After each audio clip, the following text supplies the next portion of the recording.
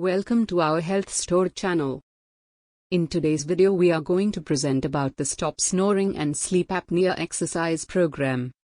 Generally, snoring is caused by blockage and narrowing of the breathing passage, whether it's around the throat, nasal passages, or mouth. Due to this blockage, the soft tissues in the breathing passages begin to flap in the airflow, which is what causes the loud noises. However, due to the different types of blockages depending on the position and magnitude of the blockage, snoring problems differ from person to person. Nevertheless, there are typically 5 common causes that block airflow.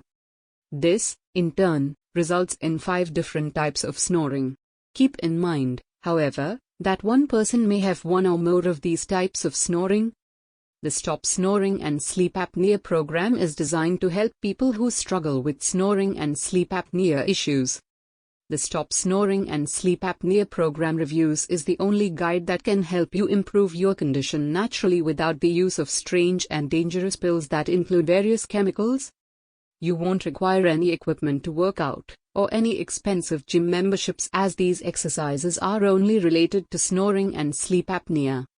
The blockage makes you snore and have other problems.